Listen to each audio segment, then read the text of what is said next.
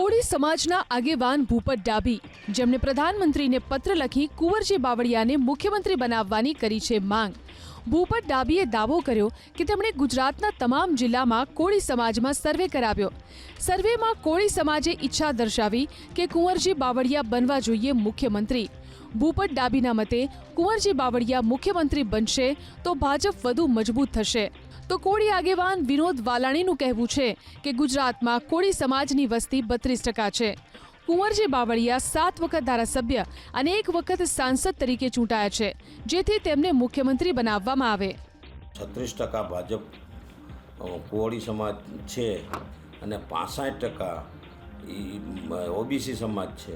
જો બધા એવું ઈચ્છતા હોય કે કુંવરજીભાઈ જેવો નિષ્ઠાવાન ને સારો માણસ મુખ્યમંત્રી બને તો એમાં ભાજપ મજબૂત થાય, અને ભાજપને મજબૂત કરવા માટે અમે વડાપ્રધાનને પત્ર લખ્યો છે.